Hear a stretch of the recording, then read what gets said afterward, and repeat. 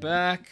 So, as you guys know, this weekend, the San Diego Comic-Con returned to San Diego, took place where, the entire entertainment industry comes to San Diego. Hollywood comes to San Diego, and this year was very, very different. Now, not a lot happened, and not a lot of big things were announced, so I'm going to break down all the things that I consider relevant. So, let's get started. Welcome to the newest episode of SDW. Super Dario World!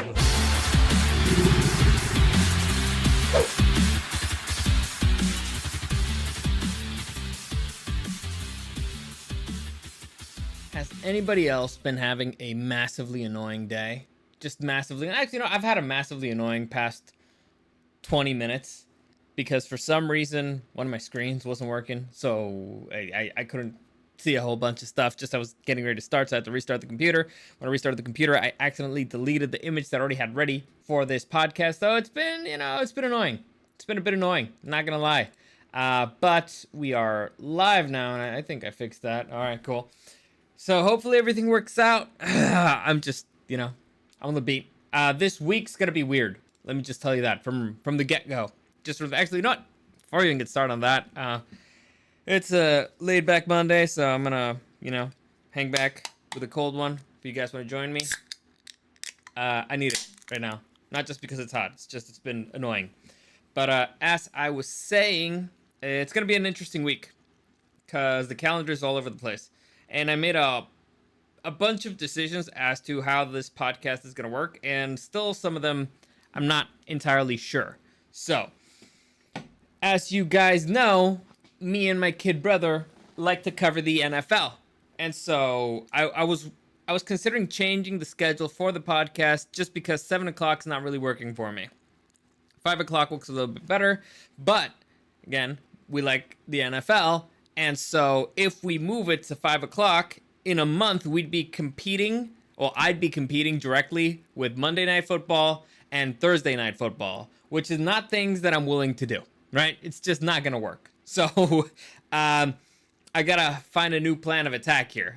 So what I'm considering is actually, straight up, first off, cheers, everybody. Hope you've had a good weekend. I actually had a really good weekend. I went to the San Diego Safari Park. It was great. It's phenomenal. It's actually even better in many ways than the zoo. It's got a lot of the park has a lot of personality, and when you go to San Diego Zoo, the animals are the stars. At the safari park, the park itself has a lot of personality. It's great. We had a great time. Saw a platypus. The animals are super active. I've been very lucky the last couple times that I've gone. Well, the time I went to the zoo and this time I got to see a couple of kangaroos fighting, which was hysterical. But anyway, that's neither here nor there. I was talking about how things are going to work in the future. So for the rest of the month, all my podcasts are going to air at, if I'm doing them live, they're going to happen at 5 p.m. 7 o'clock, like I said, it's not working for me. And when I do the Thursday show, the Underrated Gems show, which is my movie club, I feel like it works out better because then I still have a night. I can still do stuff afterwards. So that's probably going to happen. So for the rest of the month, starting tomorrow, the shows will be on at 5. The live shows will be on at 5 p.m. However, the calendar, Mom Nasty, thanks for joining me. However, the calendar is all over the place, right? Things are a mess. I'm going to be going camping this weekend. So this Thursday, we're not doing Underrated Gems. We're going to do it on Wednesday. So Wednesday at 5 p.m. And in case you didn't know, show you here real quick, we'll be talking Mortal Kombat, the 1995 movie. So this, by the way, Underrated Gems is a massive success, all right? People are loving it. It's great. I'm having a lot of fun with it. We do trivia right before we actually start breaking down the movie. However, YouTube kind of hates it because they keep taking down my streams. And today I got notified that it was really that if I do that again, I'll get a strike or whatever. So I'm trying to figure that out. I'm trying to figure out where the line is because it's really weird. The stream gets taken down and I get a warning that I might get a strike if I do it again. However, when I reload it, when I edit it and reloaded the exact same video, I didn't even cut anything out. It was fine. And the flags that it had I fought them and they were fine. So I have no idea how this works. So I'm trying to figure out a happy medium where I can still show you some clips and not get banned from YouTube for a week, because that's really annoying. But whatever. Point is, massive success. People are liking it. I'm liking doing it. And so the plan is to continue doing it. I don't know what changes will have to happen. But for the moment, this week, this Wednesday, we will be talking about Mortal Kombat. If you want to do the calendar really quick, I can do it really quick for you guys. So this Wednesday, Mortal Kombat 1995. Next Thursday, we'll be doing RoboCop, the 1987 version, you know, the original. Then on the following Wednesday, because again, I'm going on another trip, we're going to be doing Wind River. This is a 2017 movie with starring Hawkeye and Scarlet Witch, Jeremy Renner and Elizabeth Olsen. The movie's phenomenal. Then we're doing Teenage Mutant Ninja Turtles the following Thursday. And actually, from here on, things get kind of weird because I will be moving Underrated Gems to Wednesday. I know, it sucks. It sucks because Thursday's Throwback Thursday. But again, I'm not competing against Thursday Night Football. All right, guys? That's a fight I can't win. At least I can't win it today. I wish I could. I definitely wish I could, but I can't win it today, guys. I'm sorry. So at this point of the calendar, maybe I can finish off August. It depends. I honestly haven't really checked the calendar for the NFL, but I'll just tell you the movies real quick. From here on out, it's going to be Teenage Mutant Ninja Turtles. Next week, the following week, The Count of Monte Cristo, the 2002 version, and then Outsiders, the 1983 movie. So that's the calendar for Underrated Gems. Like I said, huge success. People love it. I love doing it. It's going great. Can't complain. Can't complain there. Just, you know, I gotta figure out stuff with YouTube because YouTube's being a bitch. And you know, freaking YouTube, they command everything here. So, issues with the calendar number there. Afterwards, I have no idea what I'm doing. Once the NFL starts, me and Eric, we've been talking, and we're considering the Monday show, which is when we talk about, you know, all the games of the weekend and blah, blah. We're probably going to move it to immediately after Monday Night Football ends. So it would be like a post-game show. So the way it'll probably work is the Monday show will happen just as Monday Night Football ends. So we're going to break down all the games from Thursday and Sunday and Monday, and you know, update our bets, update everything. It kind of screws us over when we're trying to guess which teams are gonna win. You know, because we do a bet. You know, well, I'll explain it as the season gets closer, and you guys can join us if you want to, because we will be doing it again. But everything's really complicated. It's gonna be complicated. It's gonna be a mess. But whatever. That we're gonna try to make it work. And Tuesdays still gonna be Taco Tuesdays, just you know at 5 p.m. So. There you go. By the way, tomorrow, no Taco Tuesday live. I'm just going to load a video because Eric, the stupid rock star Eric, he's got a show on a Tuesday night, and so he can't do it live. And we're just going to pre-record. Actually, immediately after I'm done with this podcast, I'm going to get on a Zoom call with him, and we're going to pre-record Otaku Tuesday for tomorrow. So I'm wearing the same shirt because it's the same day, not because I don't shower or anything. That has nothing to do with it. So there you go. Anyway, Chuck Dominguez, that's why I downloaded Twitch. Yeah, because the stream kept getting taken down. I don't know why it does that to me, man. I hate it. Because I'm pretty sure I'm following every single one of YouTube's rules.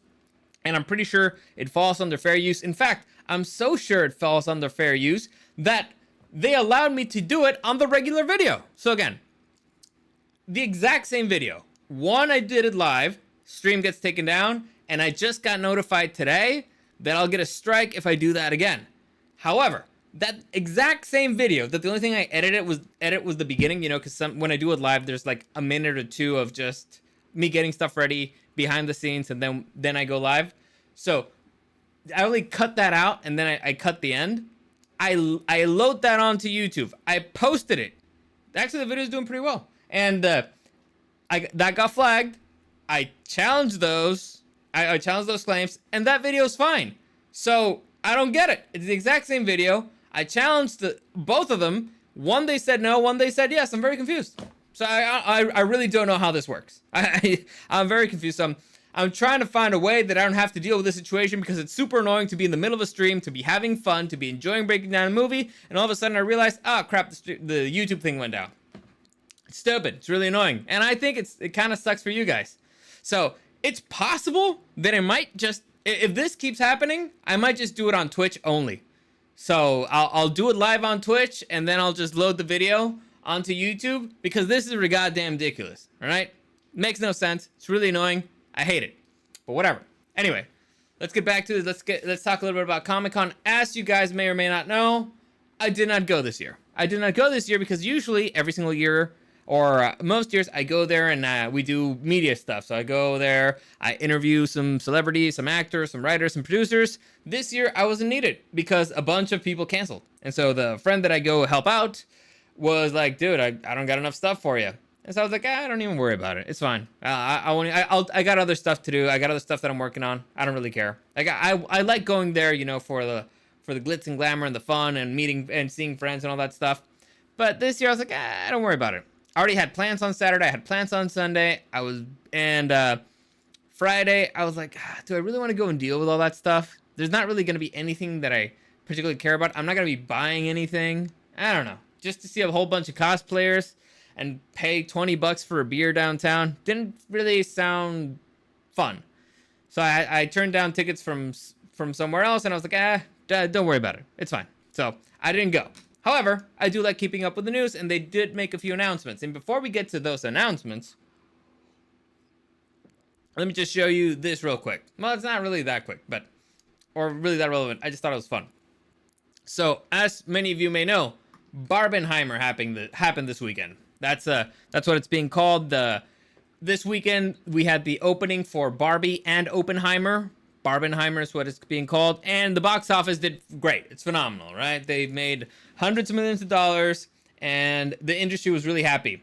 Except I've read a few articles that this is kind of the beginning of the end, and it's really bad for the industry because we're at the point where it looks like movie theaters are starting to recover. You know, from you guys may have missed it, but there was a pandemic a few years ago, and they shut the entire, the world down. And you guys may have missed it. It was small. It was not a big deal. It was small. Anyway, it happened. I'm just letting you know it happened. And so from that point on, movie theaters have been in steep decline. And it looked like the industry was finally starting to recover. However, Barbenheimer happened this year. The numbers are starting to look good. It was great. However, there's currently a writer's strike going on and an actor strike going on. So they're not going to be producing that much more new content, at least the big blockbusters. As I mentioned before, Deadpool 3 got shut down. Mission Impossible, the final Mission Impossible, or at least Dead Reckoning 2, the sequel to the one that's currently in theaters, got shut down. So there's a bunch of movies that got shut down. So it's really funny because right now we're at the point where studios are saying, look, the industry is recovered. We're doing great. All right, we don't need all you. These movies did great in spite of you guys, being on a strike.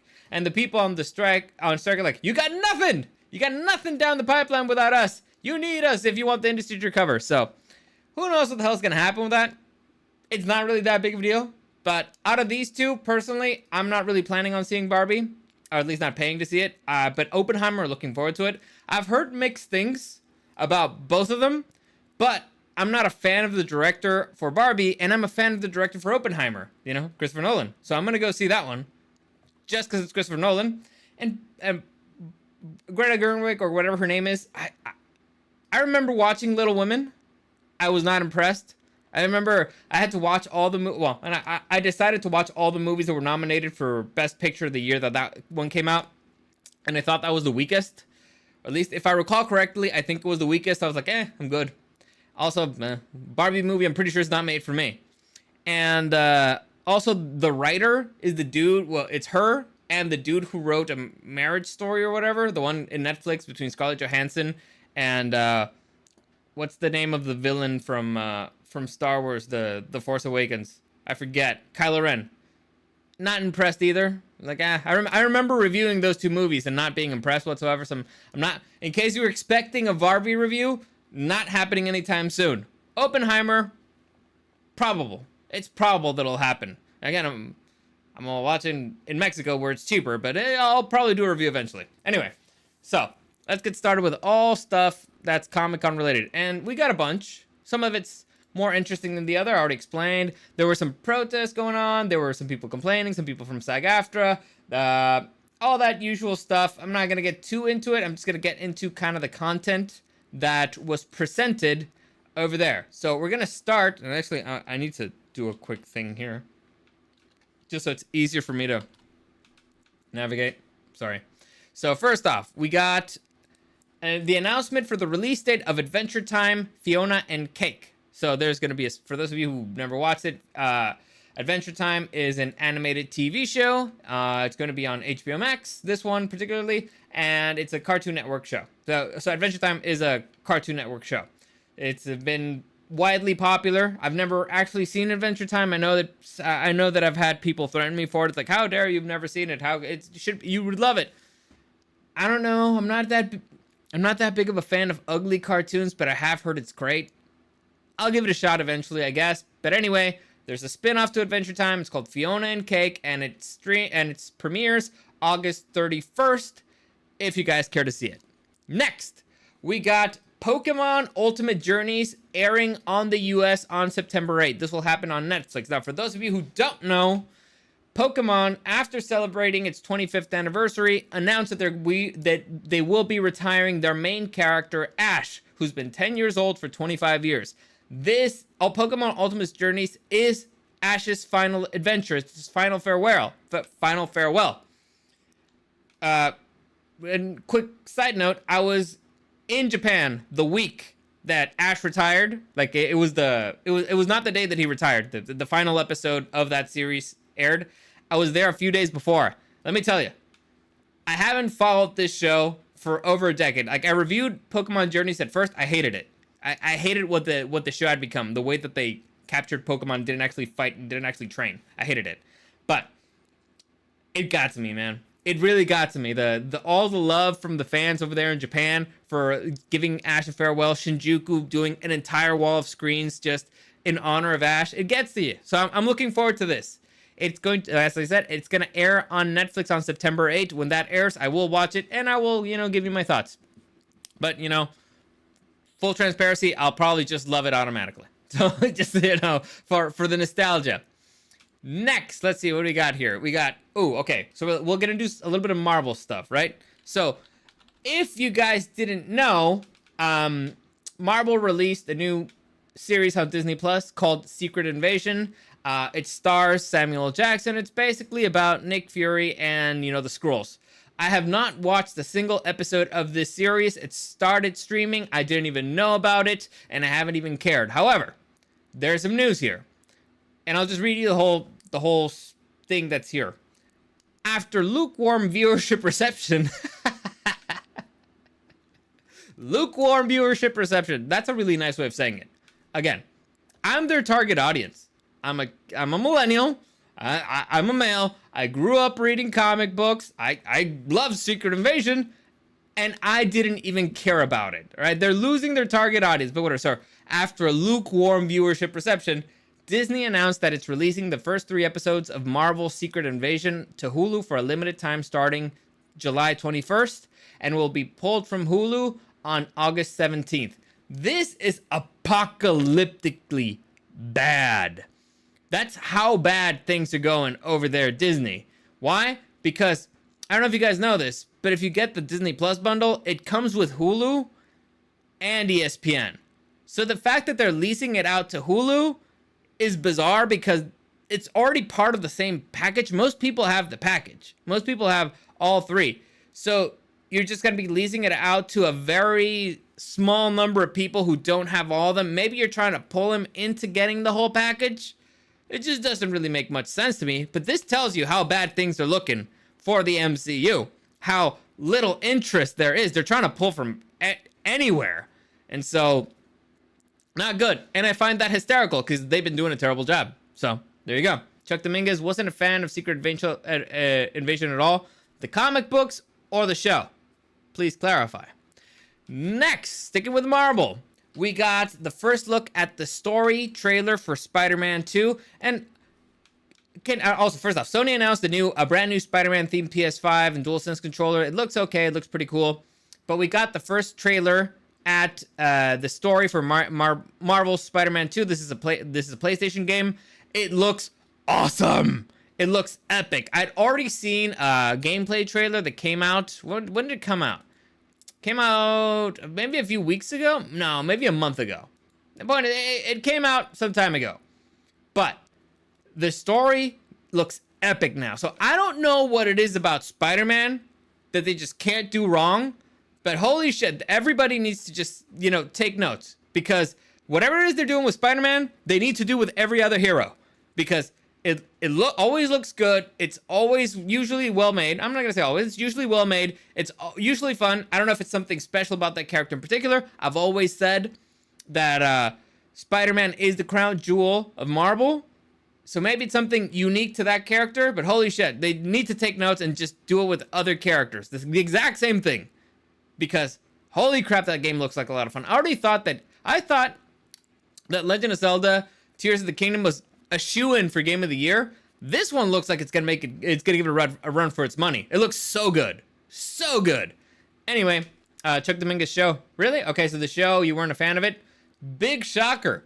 They've been doing nothing but dropping deuces over there left and right.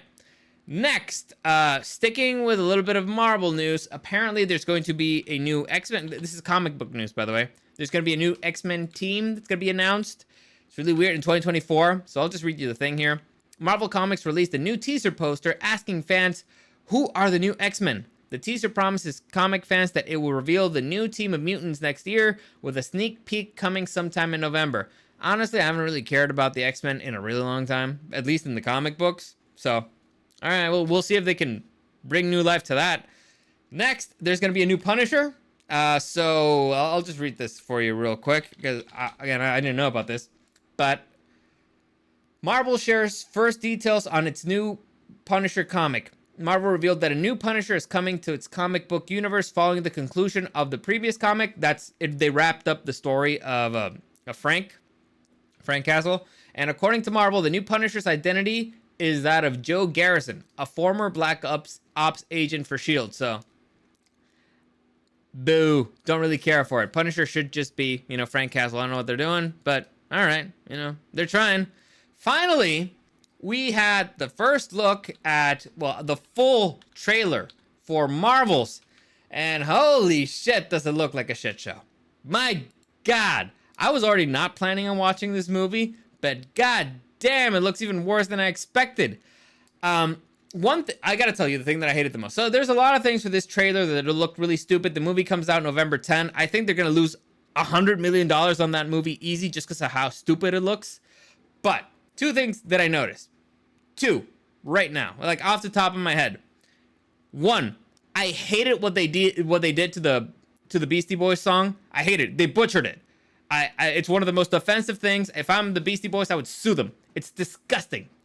Second, that I noticed, they're trying to explain how they all have light-based powers. And so I didn't watch Miss Marvel, all right? Apparently, you need to watch Miss Marvel because Miss Marvel appears in this particular movie. And I haven't watched it because I didn't care because it looks stupid. But apparently, I know Kamala Khan. Kamala Khan is Miss Marvel. I know that her powers are basically the same powers as Mr. Fantastic. She can stretch, become bigger, change her face, whatever, all that stuff. And apparently, based on the trailer, they say that her powers are light-based. So she can turn light into matter, which makes no fucking sense whatsoever, but apparently they wanted to really force a way for these three to be together for some reason. But anyway, that's not the point.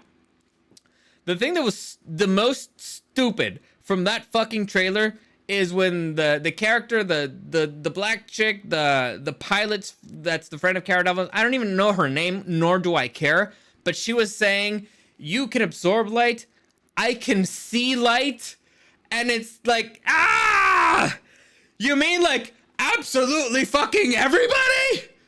Everybody sees light! Are you kidding me? They paid people money to write this. You know what?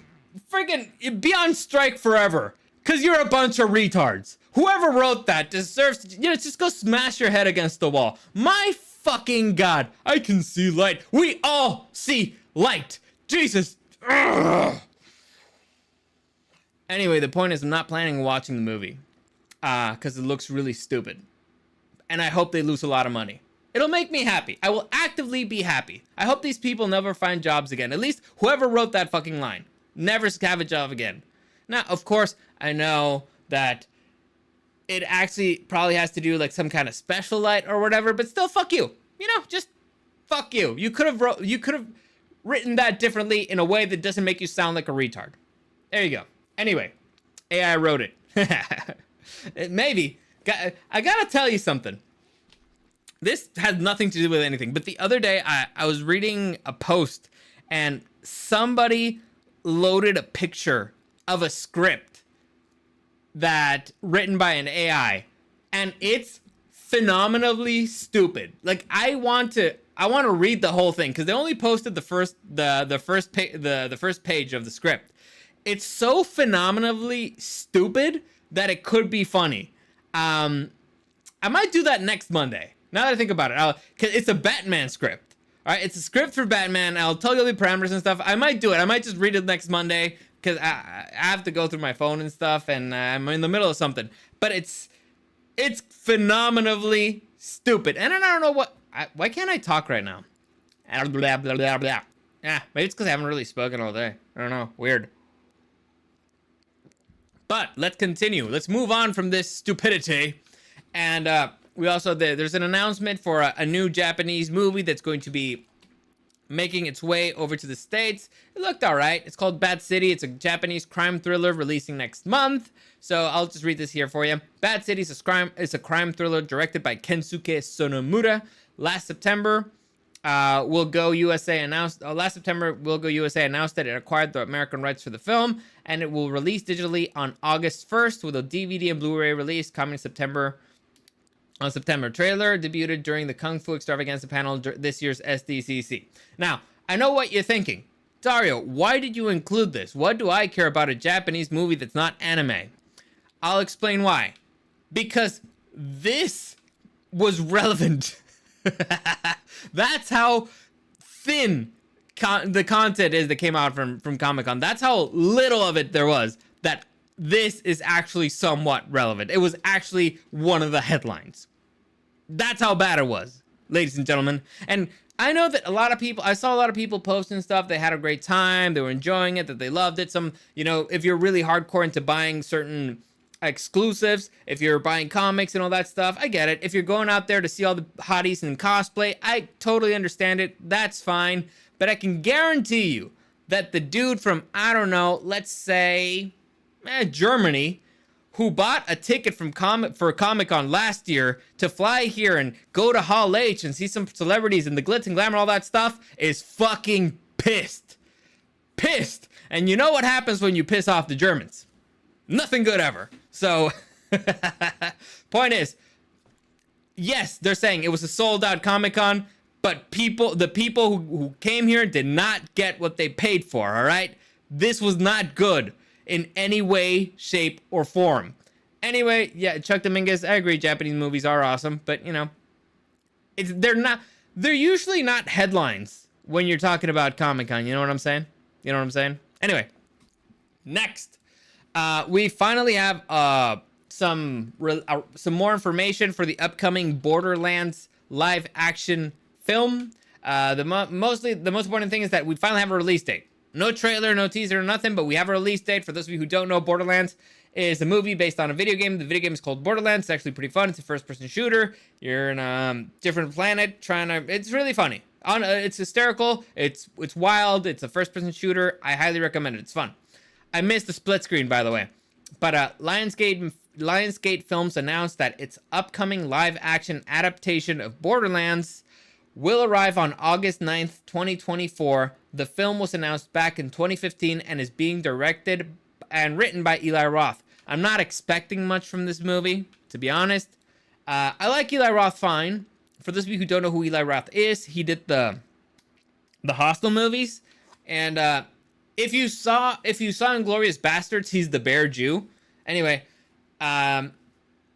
maybe they could do something, but based on the cast and based on what I've seen, not impressed. And I'm not expecting anything good. And it sucks because Borderlands has a good enough story that you could adapt something fun. I know I would have done a TV series more than a movie. But all right, that's what we got. Chuck Dominguez, Japanese movies, they're underrated. I agree. There's a lot of good ones. Ichi the Killer, love it. Next, sticking with the Borderlands, they announced a new interactive streaming series, which is also kind of gonna be a game.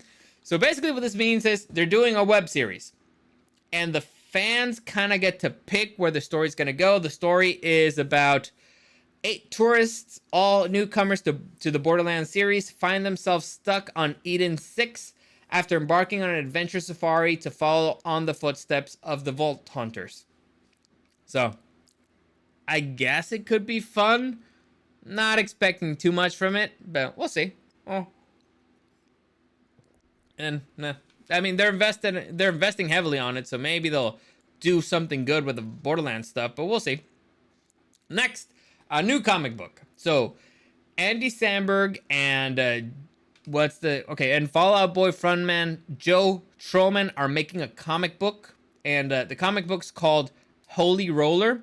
So the premise of this one sounds like it could be funny, but then you see the images and it's just really brutal, and you're like, Andy Samberg doing not comedy? All right, I mean, okay, I guess, but here you go.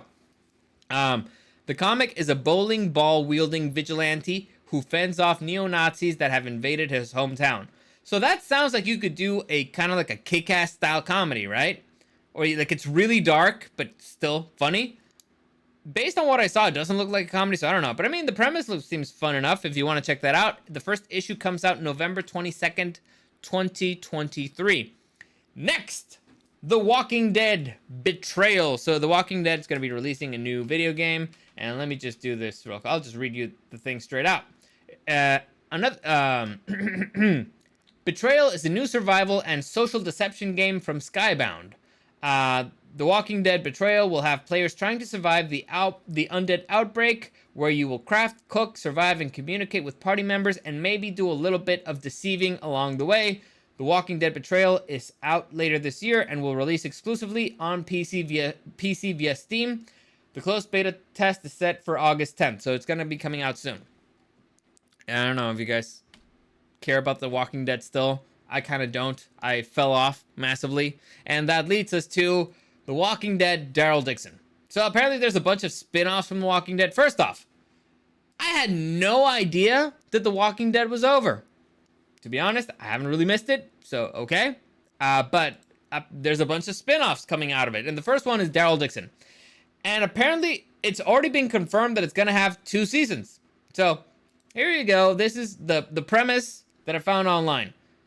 Daryl, by the way, for those of you who don't know, Daryl Dixon is probably one of the most popular characters that came out from The Walking Dead. This show takes place after the end of The Walking Dead. But anyway, Daryl washes ashore in France and struggles to piece together how he got there and why.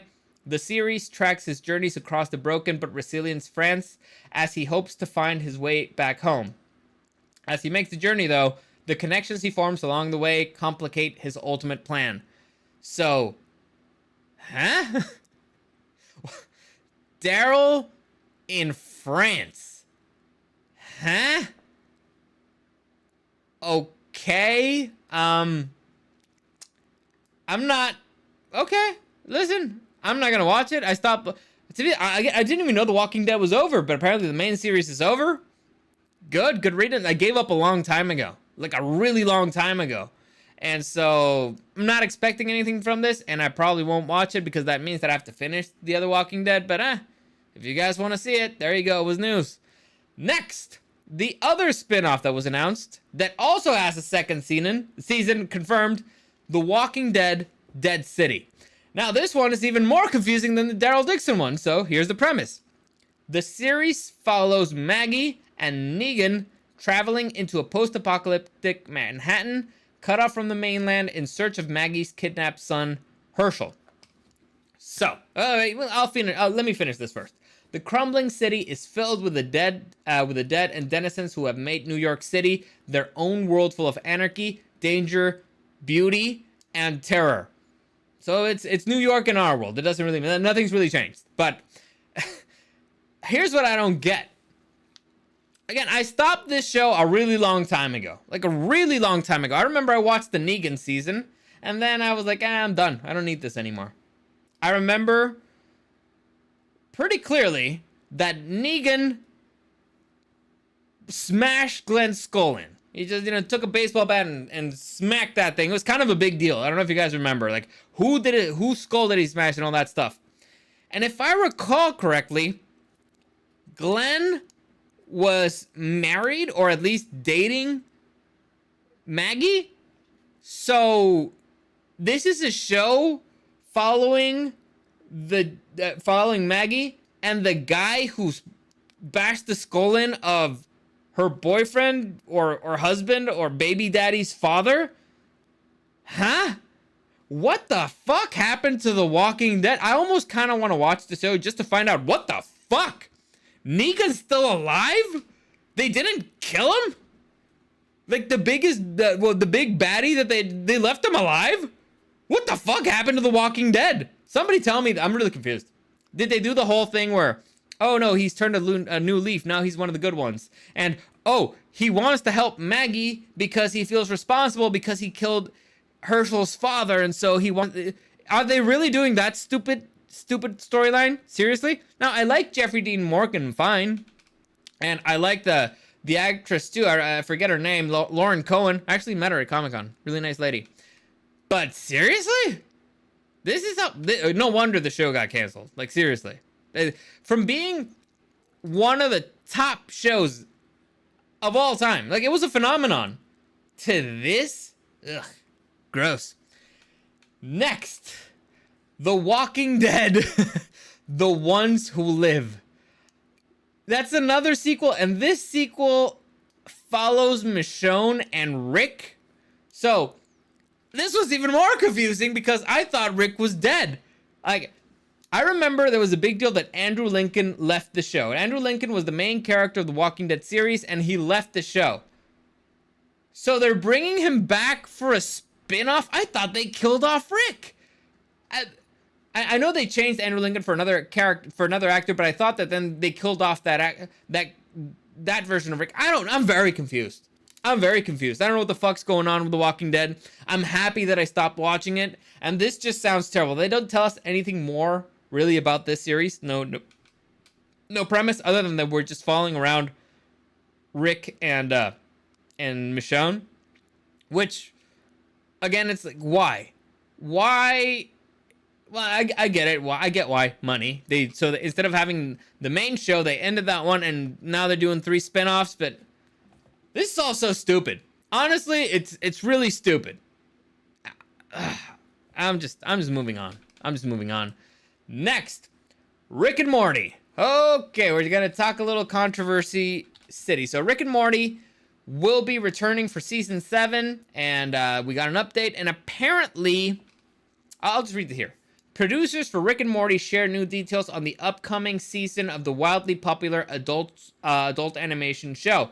One of the biggest takeaways was that the producers are closing in on recasting for the characters Justin Roiland voiced. The producers also revealed that season 7 is coming pretty dang soon.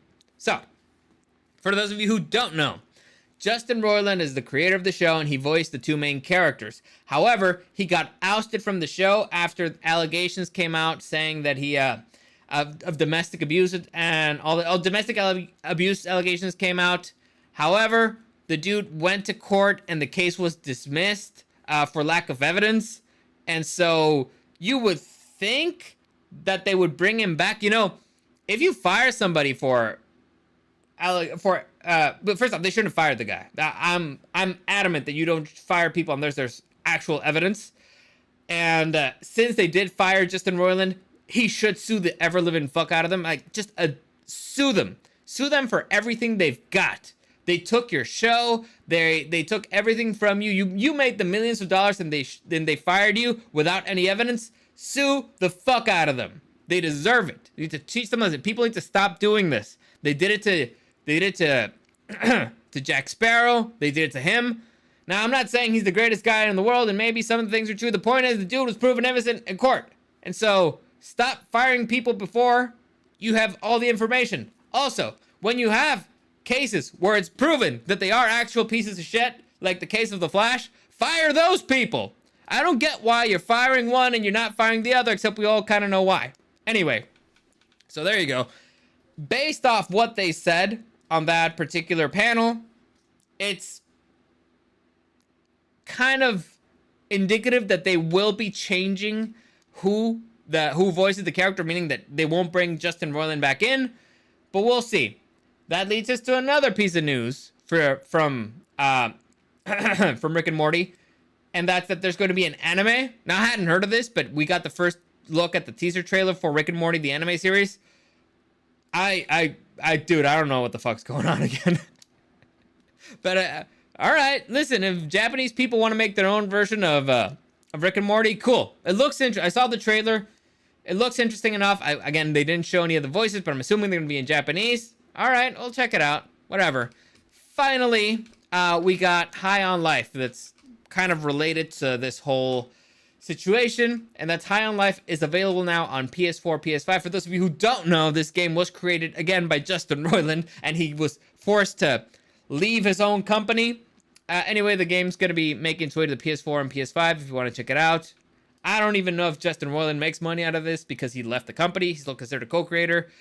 I don't know. Point is, a whole big mess created, and it could have been easily avoided if, you know, people just waited to see you know, things play out in court. But whatever. It's a mess. Again, dude should sue the ever-living out of them. Every single penny that they have, he should try to go for it.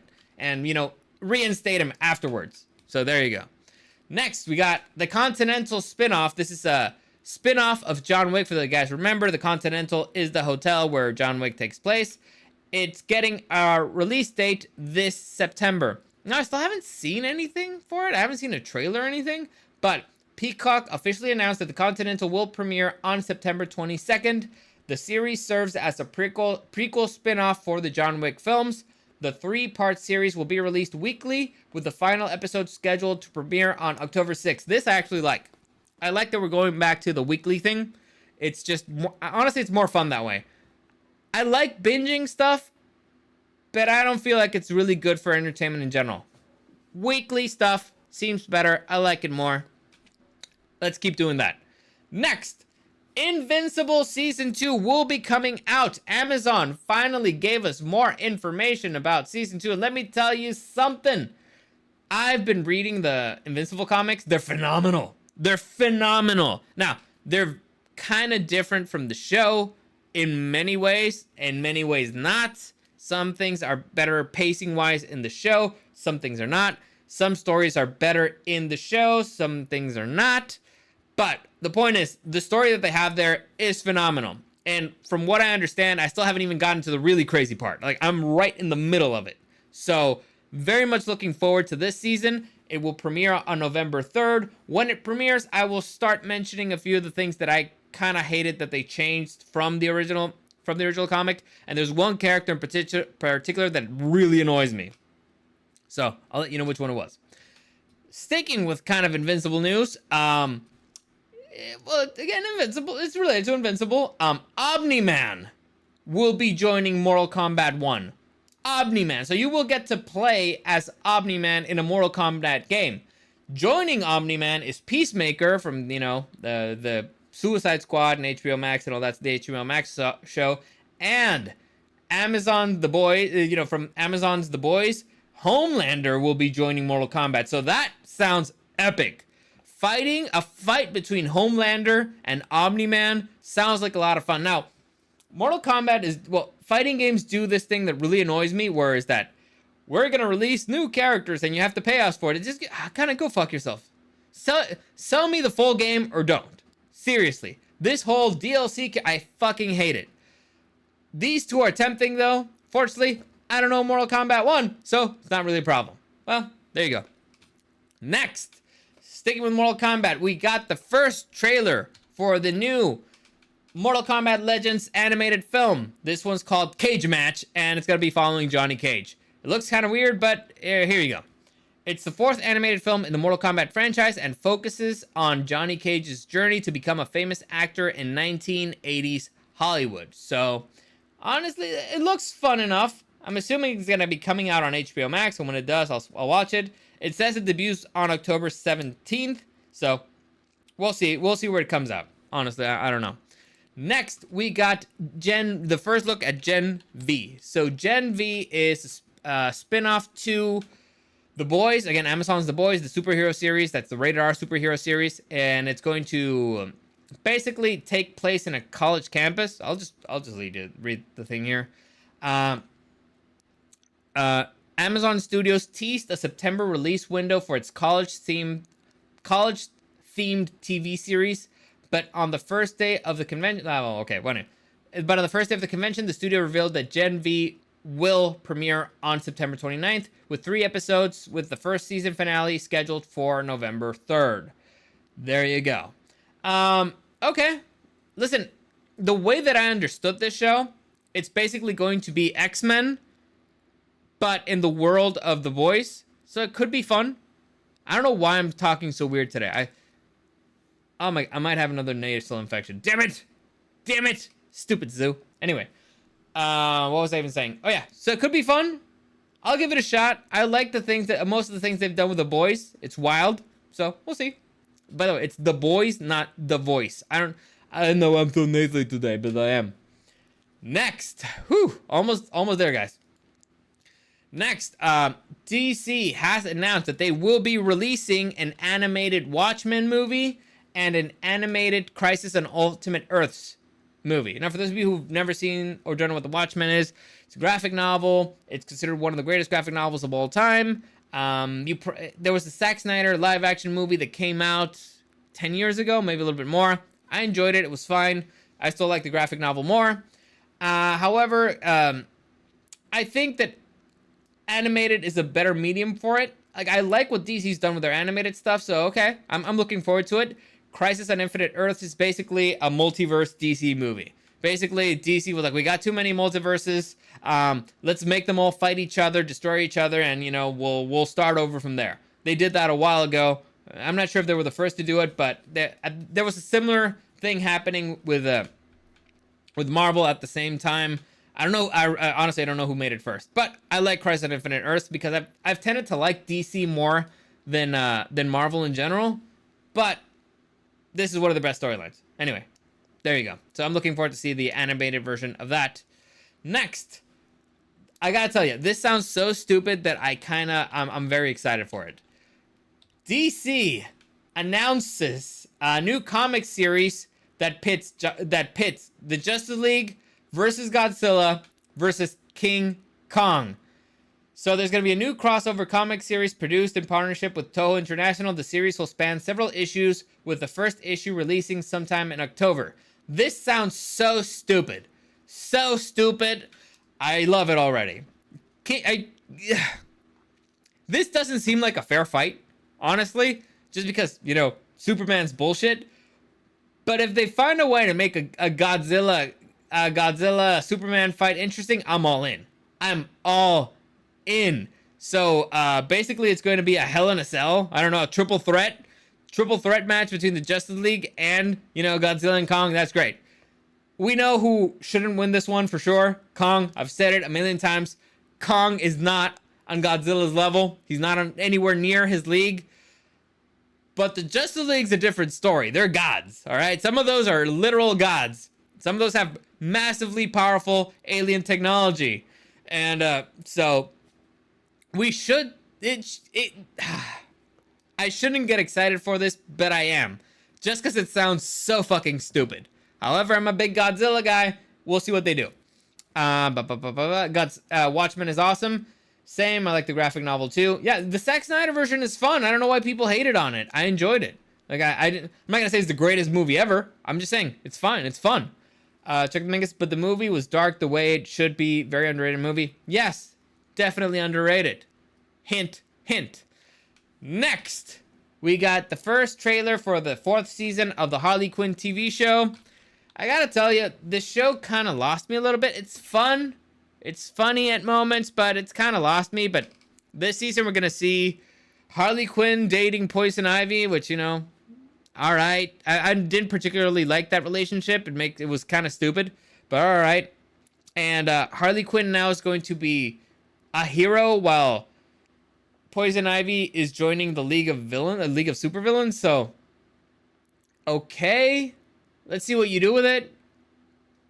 At this point, I'm going to watch it just because I've watched all the other seasons. but I'm not crazy excited about it. Like, this show kind of went off the rails a while ago. Next, we got, oh, this one I don't really care about, but you know, some people like Star Trek, so Star Trek Lower Decks gets a 4th season, and it will premiere this September. Paramount confirmed that the 4th season of Star Trek Lower Decks, which is an animated TV show, will premiere on September 7th, and dropped the new teaser poster with the design, blah, blah, blah. I don't really care for that. We also got a first look at the final season of Star Trek Discovery and confirmation that episode 7 in the 2nd season of Strange New Worlds will air a few days early on Paramount Plus. So, dude, Star Trek Discovery's done already? Jesus Christ, what did that last? 3 seasons? Star Trek! Star Trek! I don't know, maybe it lasted more, but I don't know, whatever. I've never really been a Trekkie, so, whatever. Don't care, but I know people care, so I'm telling you. They should do Justice League versus the League from the show. You mean the 7 from Justice League versus the 7? That'd be fun. That could be cool. I mean, I still think that Superman is way more powerful than Homelander. Like, for example, I know it sounds fun, a Homelander versus Omni-Man fight, but Omni-Man would whoop Homelander like it's nothing. Omni-Man is on a different fucking level than Homelander. Homelander is extremely powerful, particularly for his world. But Omni-Man is on a different fucking level. Like, Homelander's still human, right? He's still human. Omni-Man is not human. So, Superman versus Homelander, I feel they're very similar. So, Superman, Omni-Man, kind of on the same level. Homelander, nowhere near their level. So, that's just my take on that. Though it could be fun, I guess. Though the boys don't have a Batman, so definitely the Justice League has a massive advantage there. Next, if it's because if you want to be an independent woman, you have to be a lesbian. Ha ha ha. I'm assuming you mean the Harley Quinn, Poison Ivy thing. I guess. Listen, I've talked about this a really long time. And it's just shitty writers. It's shitty writers. We're a generation of the worst writers ever. They can't write a strong, independent woman without making her also a lesbian. Why? I don't know. We used to be able to do it. You know, perfect example. Ellen Ripley, you know, from Aliens. Another perfect example. If you want one from cartoons, you have Mulan. If you want one from video games, you got Samus. All right? You don't need to add anything. Women can be successful and be straight. They could be fun that way. You could have a lot of fun with it, particularly with Harley Quinn, particularly with Poison Ivy, who are characters who already have very interesting storylines around them. I don't know why they do this. I think they're just projecting, right? We all know they're just projecting. So, worst generation of writers ever, and they keep showing it because they keep showing the same thing over and over and over, and it's so stupid. Anyway, Blap in Batman and the boys would die so fast, lol. A Batman character. Well, supposedly Black Noir was going to be like the Batman character. However, here's the thing. I'm not saying Batman based off of his fighting skills or fighting abilities. However, I do think that he would be successful. I mean, Batman the strategist. The thing that a lot of people don't understand is that Batman's weapons aren't just the Batarangs, isn't just the Batmobile, isn't the Bat suit. Batman's weapons is the Justice League.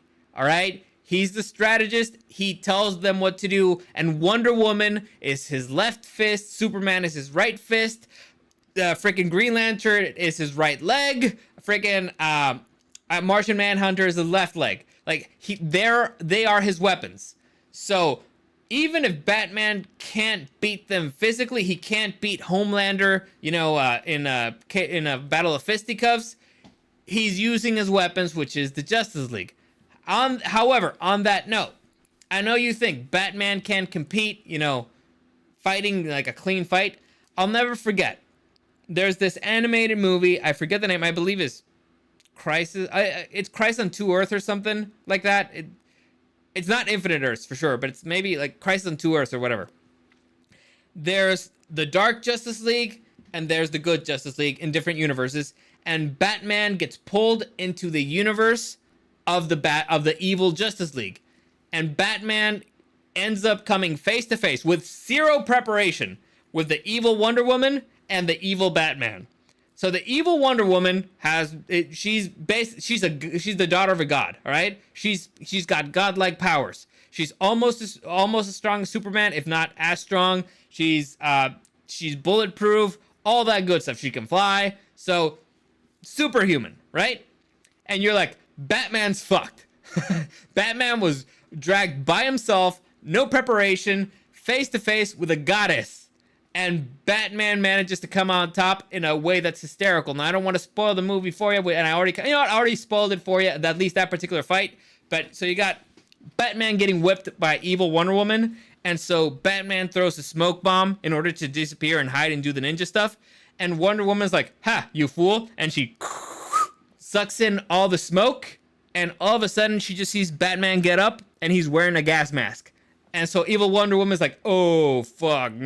Boom, passes out. Turns out it wasn't a smoke bomb, so she couldn't see him. It was a gas bomb to make her pass out, and she absorbed all of it. So he played her like a fucking fiddle. So it's one of those things you're like, "Fuck yeah, Batman!" Because it's fun to see the little guy take down the big guy, right? It's fun. It's exciting when that happens. That's why it should happen more. That's why it's kind of boring when you got a super powerful main character against a weaker villain. The villain should always be on top. This is something that Jackie Chan does this in every single movie. And I've seen interviews of Jackie Chan, and he says that for him, his objective, or the way that he choreographs his fights, is that every single fight that he's in, his character should be in some kind of disadvantage. So if you guys remember in Rush Hour, he's fighting against 10 dudes. Sometimes he's naked when he's fighting. Sometimes his only weapon is a towel.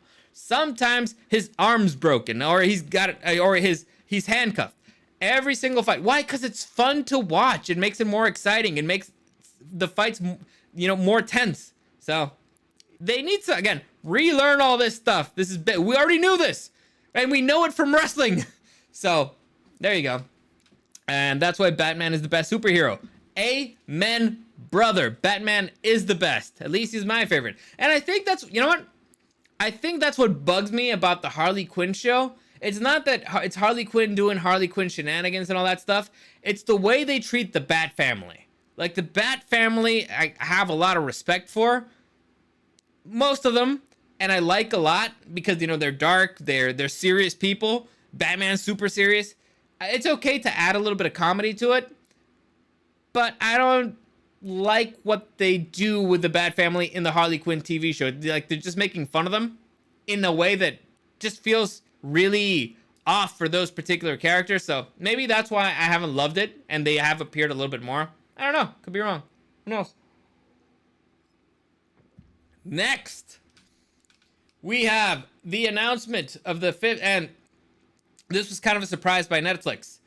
The surprise launch of the 5th season of The Dragon Prince Mystery of Aravos. Aravos? Now, for those of you who don't know what the fuck this is, Netflix made an animated TV show with the creators of Avatar: The Last Airbender. So, if you watch the show, it's a different style of animation. However, it has a similar feel to The Last Airbender. The first season's pretty good. The second's pretty good, but it's been kind of going downhill. Now, this season may pick up again.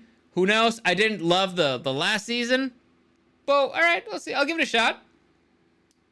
I've enjoyed the other ones so far, and it's one of those shows that I can watch, and I'm like, I didn't hate watching it. Or I can have it on the background. We'll see.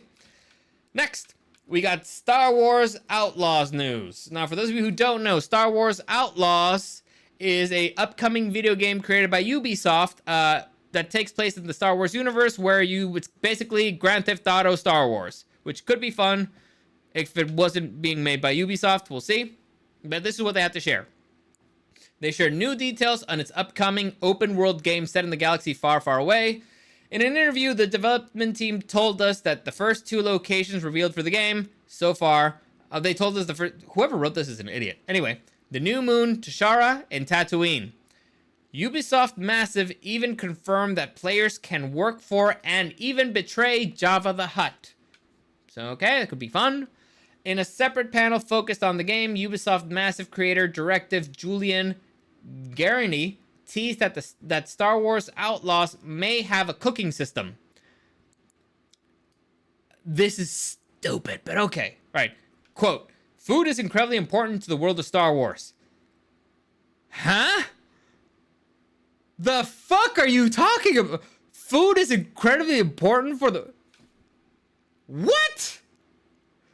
What? Listen, I have a pretty good memory. I have a decent memory. Not the best. Decent. Let me think of a single dish that happens in, I don't know, let's say Empire Strikes Back. A single dish. Well, we got to see the snow monster whose name I have a good memory for everything except names. But the snow monster eating like the kangaroo, the snow kangaroo thing. Then we got Luke eating the bars at Dagobah with Yoda. I think Yoda may have cooked something, or then Yoda steals some food as well. They don't tell us the name of those dishes. Then there's a feast where in Cloud City where Han Solo and Leia are being taken to, but there's an ambush, and Darth Vader ambushes them. They get captured. I don't think they ate anything from the feast. Then I think that's it. Empire Strikes Back, the best Star Wars movie. What the fuck are you talking about? Cooking? Name a character that's a cook. Name a character that cooks in Star Wars. Name one. The fuck are you talking about, Ubisoft? Are you kidding me? They had nothing to talk about. Nothing. My fucking god. Anyway, I'll continue the quote. And if you enjoy food and discovering alien concoctions, this is going to be an exciting experience for you. This is what you're promoting. You're promoting Star Wars, and the highlight of your fucking promotion is that, okay, you can play, you can do jobs for Jabba the Hutt and betray him. That sounds kind of cool. But that you can cook! Seriously! My fucking god! Ugh. Anyway, I'm not excited for this game anymore. It sounds really stupid, but let me see. That's why Batman is the best beer. Okay, it kind of sounds like Red Dead Redemption 2. Maybe. Bar nuts. That's right. Obi-Wan and the bar nuts. I remember that. Maybe Chewie. He looks like a cook. You think Wookiees cook with those teeth? They eat shit raw, man. I'm pretty sure they eat raw. They got to. They look like carnivores. Although no, they look like apes, and maybe apes are omnivores. They're like dog apes. I don't know. What does Bigfoot eat? Who knows? Anyway, first a fire hazard. That's true. Imagine being next to a fire, wearing that all that fur. He's not gonna like it. It's gonna be really uncomfortable. You can't have a Wookiee cook. The kitchen is too hot. It's too hot for the Wookiees. Get them out of the kitchen. Get them out of there. They can't do it. They can't do it, Jerry. It's too much. It's too much for the Wookiees. Jesus Christ. Who writes this stupidity? And this is what they're... I just need to read that quote again, because I can't believe somebody had the balls. Somebody had the balls to say that in front of people. And not just any people. Honestly, I would have paid to have been in that panel just to see the reaction of people's faces when the dude says, food is incredibly important to the world of Star Wars. And everybody's being like, huh? What? Food? What the fuck are you talking about, guy? The fuck are you talking about? I remember, I don't know, in the prequel, seeing Jabba the Hutt eat like live stuff and more. What's the name of that? Misa likey. Whoopie whoopie. There's the 12 whoopie but trying to eat like a frog thing. Jesus Christ. These are our creatives, people. These are the people who have been given the rights to Star Wars, one of the greatest and most valuable IPs currently, and they're dragging it through the gutters. This is why everything sucks, because you're giving good shit to stupid people. Now, he could have said, I think that dude's never seen a Star Wars movie. Like, I'm pretty sure. Now, if that dude would have said, oh, we introduced the element of cooking because we think it could be a fun experience, I'm pretty sure that a lot of the fans will notice a lot of the ingredients, and you'll be able to interact or explore a side of the Star Wars universe that you've never had before. I'd be like, okay, but it's an incredibly important part of the world to Star Wars. What are you talking about? Ugh. Anyway, let me see. Whoever said that it's a very special type of whoever said it's a very special type of stupid, yeah. Let me see. It's Julian Garrity, all right? The creative director of Ubisoft, man. This explains a lot about Ubisoft. Let me tell you something. Let me tell you that right now. Anyway, no wonder studios don't want to pay writers no more. They don't deserve it. They don't deserve anything. They deserve nothing. Good. I feel bad for the actors, man. Seriously, some of them do a pretty good job, and they get handed horrible scripts. A lot of them are idiots, but you know, whatever. They're just, you know, they're artists. They're performing their craft, whatever. The writers are just disgustingly bad. They deserve nothing. Nothing. You get no pity from me. Even though they might be right on a few things, particularly, you know, not getting the money that's owed to them, you know, from streaming and all that stuff. I get that. I agree. And I agree you're concerned from AI. But Jesus fucking Christ, you suck. You shouldn't have gotten nothing.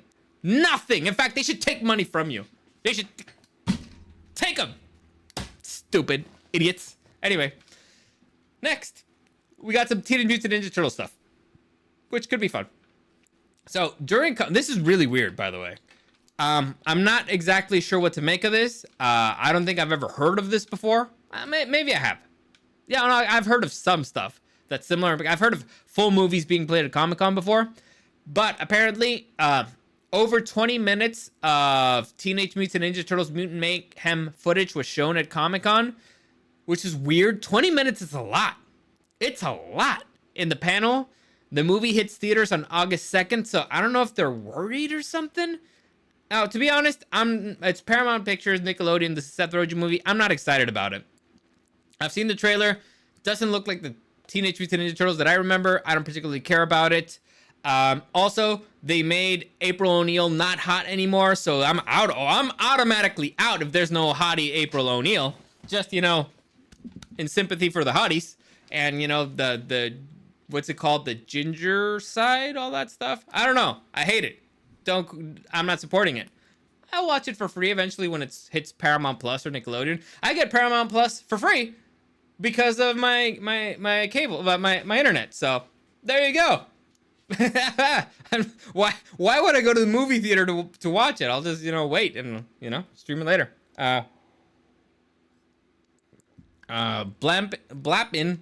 I heard the soundtrack is all 90s hip hop, so I'll check it out for free as well. I'm more of an early 2000 hip hop guy. First off, I'm not really a hip hop guy. However, there was a bar downtown. Well, no, there was a bar in South Park that had early 2000s hip hop night, and they also did 90s stuff. So I forget the name right now because I haven't been there in a few years. But those nights were awesome. They were epic, you know. And so I'm more of an early 2000s. But you know, it's when I was growing. It was when I was a teenager, so that's when I got to hear it. Anyway, Chuck Dominguez. Another point: you want a strong, independent woman. You have to have an overweight and ugly. Of course. You know, because if she's overweight, she's stronger automatically because she can carry more weight. That's simple math, Chuck. Jesus Christ. Do I need to spell everything out for everybody? God. No, but yeah, I don't know what they're doing. I don't know what they were thinking. Listen, you know what? Keep doing it. Keep doing it. Keep changing all the things that we already know and love, and then don't be surprised when I don't give you my money. You know? I'll just, you know, it's better for me because I save my money. I get to keep it, and then I spend it on stuff that I like going camping. you know, I'm gonna go camping this weekend, and it's gonna be great. And I'm not gonna watch anything on TV for probably the entire weekend, and it's gonna be phenomenal. Or I'll spend it on a Crunchyroll membership, and I'll watch anime that's actually pretty good. You know, Japanese people, they don't give a fuck, and they make pretty good content. So I'm actually excited because we're gonna be talking about a pretty good show later on with my kid brother. Or, you know, I'll just save it and buy a beer. You know, fuck you guys. You know what? Thank you. I'm sorry, not fuck you. Thank you. Thank you for making me save money. Because if you made good stuff, dude, I'd be so broke. I'd be buying so much merch for so many shows. Like if the third season of The Witcher, I haven't seen it. I saw the first episode and I got bored, but if it would have been really good, I've been out there, you know, buying more Witcher merch. I would be out there buying more Star Wars stuff. I'd lose 10 hours of my life watching, you know, I would invest 10 hours of my life watching Kenobi, watching Andor. I'd be like, oh man, I need more stuff. My entire walls would be filled with more merch.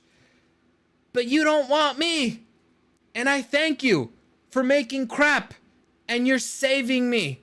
You're saving me. Ubisoft, that panel, you just saved 50, 60, 70 bucks. Because now I know I'm not getting your piece of crap game that you're pushing because I know you don't know Star Wars.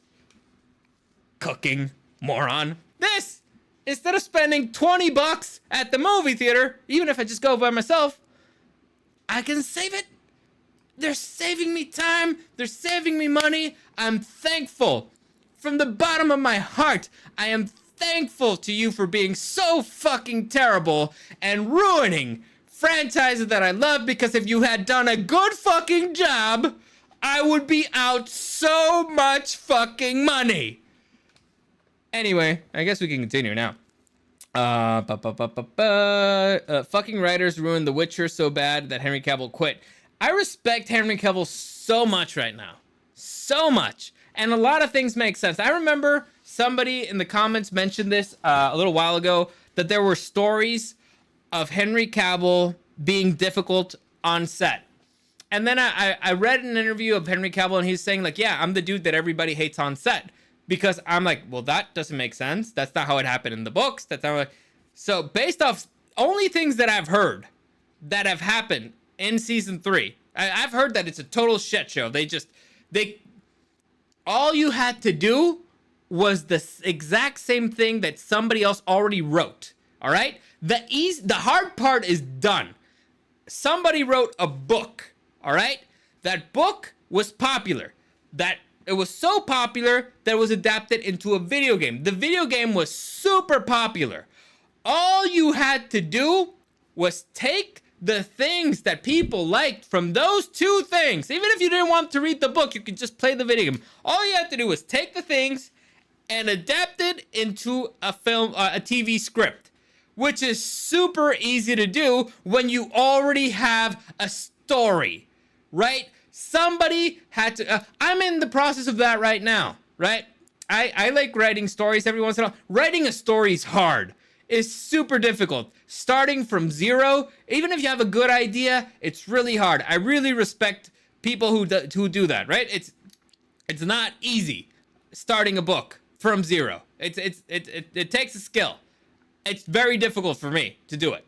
However, I currently have the rights to adapt a book that a friend of mine wrote. And it's the easiest thing in the world to grab whatever he already wrote and change it basically into I'm translating it into from the book medium to a TV medium. It's super easy. It's the easiest thing in the world. It's not really that complicated. The hard work's been done. All you had to do was not fuck up. You already had fans. You have star power. All you had to do was not fuck up, and you couldn't do it. You couldn't help yourself. You couldn't, read the fucking book and then just adapt it. You were like, I want to do my own fucking thing. Well, fuck you, and that show's gonna fail. Nobody's gonna watch season 4. Nobody. Well, maybe a few dummies. I don't know. Or maybe like people, I might watch it just so that I can review it, but it's gonna take me a while because I still don't even want to watch season 3. Anyway, back to what I was saying about Henry Cavill.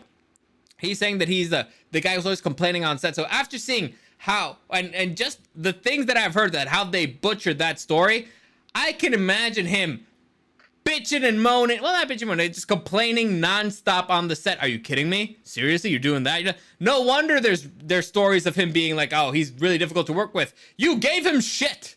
And not even shit. You gave him, you took something that he loved and turned it into shit. I'd be upset too. I'd be really upset too.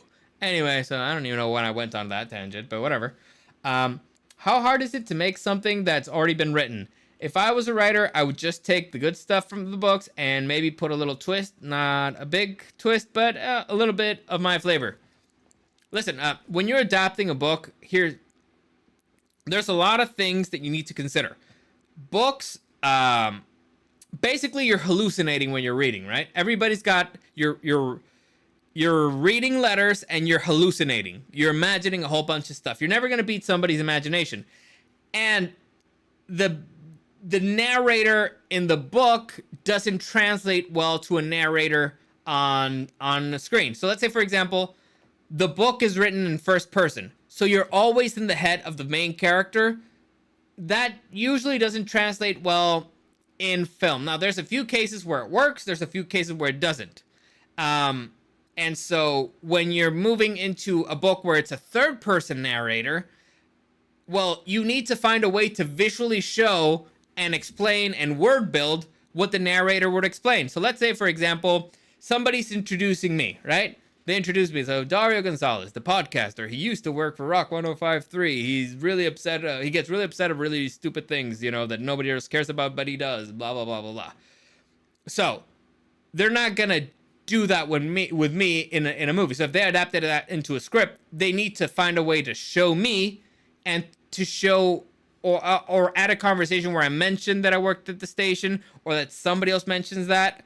And they need to show me getting upset at something that doesn't really matter. So again, it's a different medium. It's a visual medium. You need to show, don't tell. In a book, it's all tell. So that's the art of it. Also, some things don't make sense time-wise. So you can have some liberties. Just make sure that you keep the core elements there. The heart of the story, the beginning. I just used this example yesterday. So why is it that the book is always, it's better to watch a movie or a show and then read the book, because the book always has more information. So it would be the equivalent of, imagine if you read the book first, you're generally going to hate the show or the movie, or you're going to be upset. Why? Imagine you go to a restaurant.